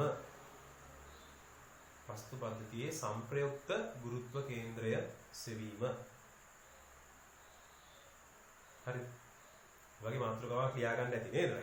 එතකොට සම්මිතික වස්තුන් වල ගුරුත්ව කේන්ද්‍රයන් ඒකරේඛීය වෙන විට රයිට් ඒකරේඛීය වෙන විට සංප්‍රයුක්ත වස්තුවේ ගුරුත්ව කේන්ද්‍රයේ සෙවීම. ඕක තමයි අපේ මාතෘකාව. ඔය යටතේ simple A. හරිද? simple A. simple A තමයි මෙන්න මේ අවස්ථාව. ඒ කියන්නේ ළමයි මම ගන්නවා යම්කිසි වස්තුවක් මේක ගෝලයක් වෙන්න පුළුවන් එහෙම නැත්නම් තැටියක් වෙන්න පුළුවන්. අපි ගමු මෙයාගේ නිශ්චිත අරයක් තියෙනවා. R කියලා ගමු. තව වස්තුවක් තියෙනවා නම් මෙන්න මේ වගේ ටිකක් ඉතින්දී කුඩයි. හරි. මෙයාගේ අරය අපි ගමු simple R කියලා. ඔන්නෝම දෙන්නෙක් ඉන්නවා. එතකොට දැන් මේක තැටියක් වුණොත් අපි ගමු මේ උදාහරණ විදිහට ගත්තේ මේක තැටියක්. මේ දෙකම තැටි දෙකක්. හරි. මේක A තැටිය මේක B තැටිය කියලා ගන්න පුළුවන්. එතකොට capital R විශාලයි simple R වඩා කියලාත් ගත්තේ. එතකොට නම් මෙයාගේ ගුරුත්ව කේන්ද්‍රය පිහිටන්නේ මෙන්න මෙතන. මේක G1 එහෙම නැත්නම් GA කියලා ගත්තොත් මේක GB කියලා ගත්තොත් මේ ගුරුත්ව කේන්ද්‍රයන් පිහිටන්නේ මෙන්න මේ විදිහට. හරිද?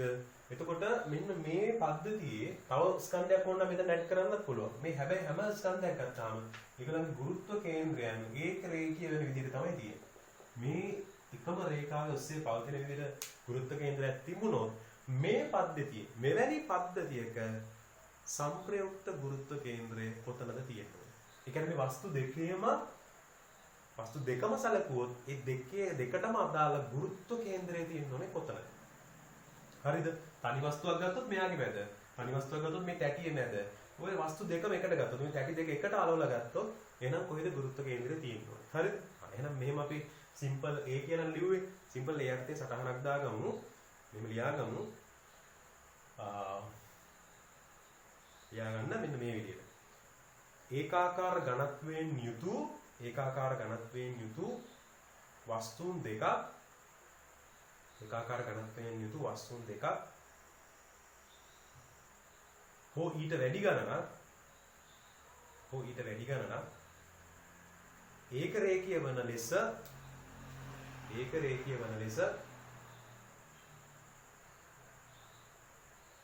සකස් කළ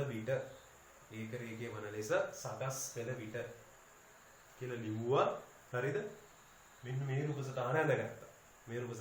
අපි මේක උදාහරණයක් විදිහට හොයන්න යනවා. හරිද? මම කිව්වා වගේම මේක උදාහරණයක් විදිහට හොයලා පෙන්නන්න යනවා කොහොමද කොතනද ගුරුත්ව කේන්ද්‍රය තියෙන්නේ කියන්නේ. හරිද? හැබැයි ඒකාකාර ඝනත්වයක් තියෙන කියලා අපි සටහන් කරගන්න. රයිට්. මම මෙතනදී උදාහරණයකින් ඔයගලන්ට දෙනවා.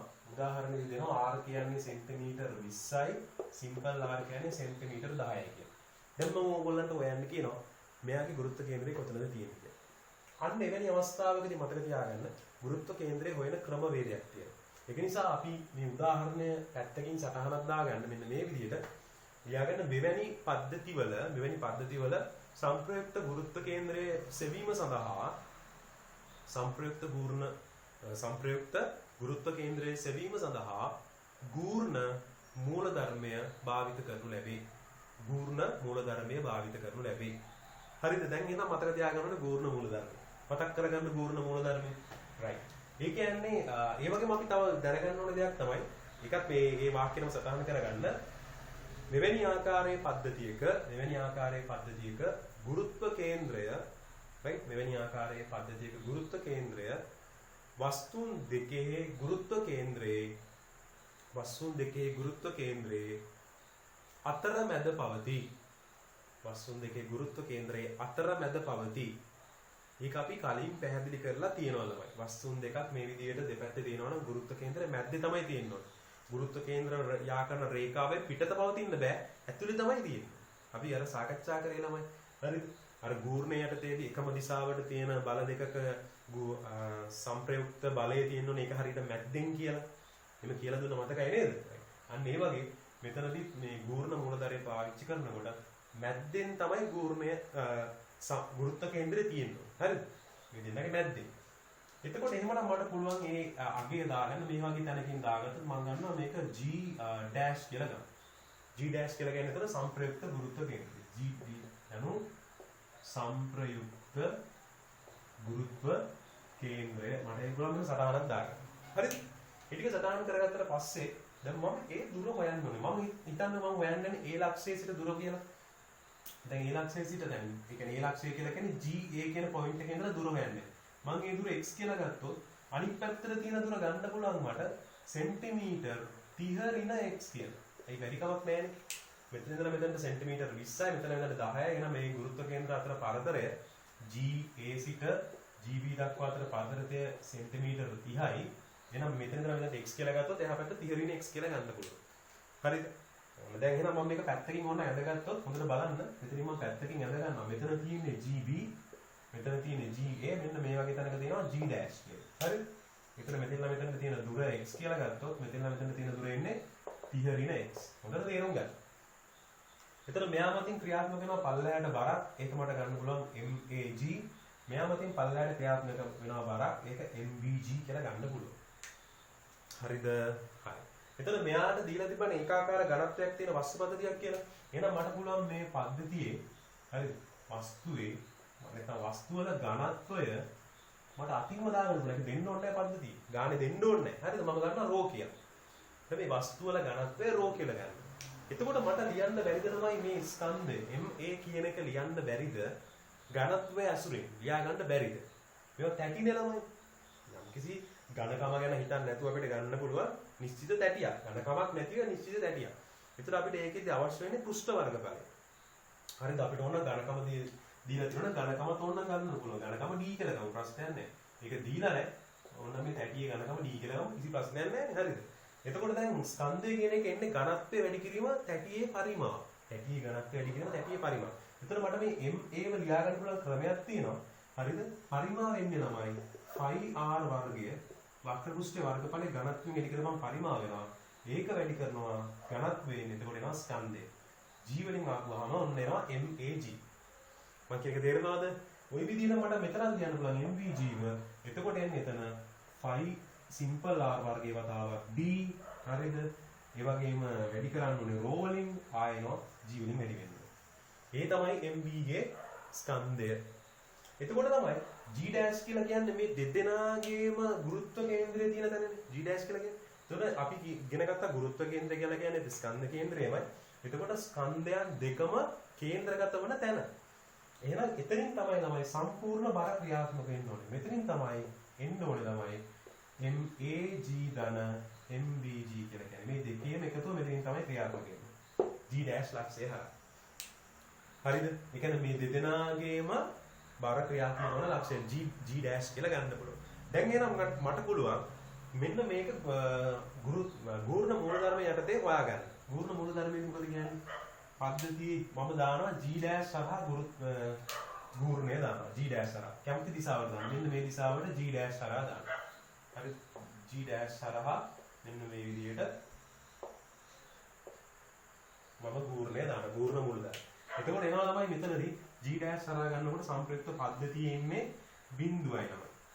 ඒ හරහා ස්කන්ධය ක්‍රියාත්මක කරන MAG ධන MBG. හැබැයි ඒකේ ඒ ලක්ෂයේ ඉඳලා එතනට තියෙන දුර බිඳුවයි. ඒ නිසා බිඳුවයි කියලා එනවා. එතන අපි ගමු වස්තුපද්ධතිය වෙන වෙනම තියෙනකොට ගුරුත්ව කේන්ද්‍රය. මෙතන එනවා GB හරහා තියෙන. එතනින් එන ගූර්ණය ධන ගූර්ණයක් විදිහට ගන්න පුළුවන්. මේ දිශාවට අපි ගන්නෙ දක්ෂිනාවර්ත එනවා. මෙයාගෙන් එන එක ධන ගූර්ණයක් වෙනවා. එතකොට එනවා MBG වටේ කියලා මෙහෙට එනකොට මෙයා පල්ලෙහාට තියෙන. කියන්නේ මෙයාගේ ඍණේ MAG. හරිද? ඔන්න ඔය විදිහට එනවා. එතකොට මේක අපි සමාන කරගත්තොත් අපිට එන අවසානයේදී MB සමානයි MA කියලා. ඔන්න ඔම හොයාගන්න පුළුවන්. එතකොට MB කියලා කිව්වේ ළමයි මෙන්න මේ ටික ආදේශ කරන්න පුළුවන්. සමහර අපි දුර දාගත්තේ නැහැ නේද? පොඩි කරද්දක් කරලා දුර දාගත්තේ නැහැ. මෙතන දැන් MBG වැඩි කිරීම 30 ඍණ x ගූර්ණය කියලා කියන්නේ බලය වැඩි කිරීම ලම්බක දුරනේ. ඒක පොඩ්ඩක් අරන් දෙගත්තා. හරිද? MBG වතාවක් 30 ඍණ x ඍණ MAG වතාවක් x කියලා එනවා මේ විදිහට. එතකොට g ට g කැපිලා යනවා. මෙතන අවසානයේ උත්තරේ එන්නේ MB වතාවක් 30 ඍණ x සමානයි මෙතන MAX. දැන් මම මේවා ආදේශ කරන්න ඕනේ. MB වෙනුවට ආදේශ කරනවා මෙතනින්. හරිද? අපි ආදේශය දිලා බලමු. MB වෙනුවට දානවා phi simple r වර්ගයේ වතාවක් d rho 30 ඍණ x. ඒ වගේම MA වෙනුවට දාන්න පුළුවන් ළමයි මෙතනින් එනවා d වතාවක් phi capital R වර්ගය rho x කියලා. ඒතර ඔක කපලා දාන්න පුළුවන් දෙක කපලා දාමු. phi d rho ඒ ටික කැපිලා යනවා. හරි ඉතුරු වෙන්නේ එතකොට r වර්ගය 30 ඍණ x capital capital R වර්ගයේ simple x සමානයි. හරි මම එහෙනම් ඉතුරු ටික සුළු කරනවා මෙන්න මේ විදිහට. මේ ටික මම කළා. සුළු කරන්න ගත්තොත් simple R මම ඔයගලන්ට දීලා තිබ්බේ සෙන්ටිමීටර් 10යි. සෙන්ටිමීටර් 10 යගේ ආදේශ කරමු ළමයි දෙපැත්තෙම තියෙන නිසා ප්‍රශ්නයක් නැහැ.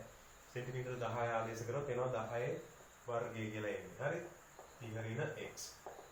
ඒ වගේම එහා පැත්තේ කැපිටල් R වර්ගය. ඒතර 20 වර්ගය. 20 වර්ගය වතාව x කියලා එන්නේ.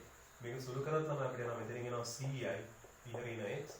මෙතනින් එනවා 400යි x.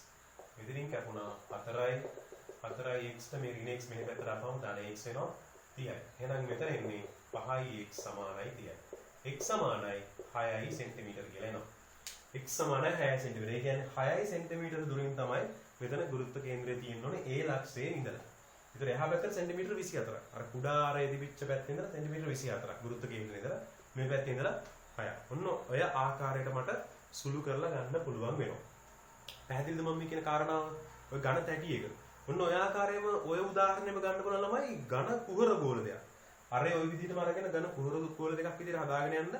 එතකොටත් ඔයගලන්ට ගුරුත්ව කේන්ද්‍රයක් එයි මේ විදිහට. මේ විදිහටම හදාගෙන යන්න තියෙන්නේ. එතකොට මම මෙතනදී ගත්තේ 5r වර්ගයේ වතාවක් d කියන ඝනත්වය. එතනදී ඔයගොල්ලෝ ගන්නවනේ පරිමාව ඇසුරින්. 3න් 4යි 5r ඝණය කියලා අරන් තමයි ගාන හදාගෙන යන්න ඕනේ. මේ විදිහට. හරිද? right. එතකොට මේ විදිහට හදලා බලමු. දැන් මම මේ වීඩියෝ සෙෂන් එක මෙතනින් අවසන් කරනවා. මම දැන් යන්න ඕනේ මේක simple b කොටස. ඉතින් ඊළඟ සෙෂන් එකේදී මම simple b කොටසේ ඉඳලා තමයි ඔයගොල්ලෝ එක්ක සාකච්ඡා කරන්න යන්නේ. simple b කොටසේදී ඒකෙදි මම කතා කරන එක මේ වස්තු පද්ධතිය දැන් ගත්ත එකට ඇලිලා තියෙන විදියනේ. තනි වස්තු පද්ධතියෙම කැලලක් ඉවත් කරාට පස්සේ කොහොමද ගුරුත්ව කේන්ද්‍රය වෙනස් වෙන්නේ කියන එක තමයි එතනදී සාකච්ඡා කරන්නේ. b කොටස. ඒ නිසා මම මෙතනින් නවත්තනවා වීඩියෝ සෙෂන් එක. මොකද පැයක කාලය සම්පූර්ණ වෙච්ච නිසා. ඊළඟ සෙෂන් එකේදී මම මේ පිළිබඳව ඔයගොල්ලෝ එක්ක සාකච්ඡා කරන්න ඉඩ තියාගෙන. right? එහෙනම් අපි නැවත හමුවෙමු ඊළඟ කොටසේදී. තාම නෝට් එක සම්පූර්ණ වුණේ නැහැ ළමයි. මේක b කොටසකුත් තියෙනවා මේ යටතේ. හරි? ඉතින් පස්සේ අපි අංශු ව්‍යාප්තිය පිළිබඳව සාකච්ඡා කරන්න ඕනේ. හරි. එහෙනම් මම මෙතනින් මේ සෙෂන් එක අවසන් කරනවා.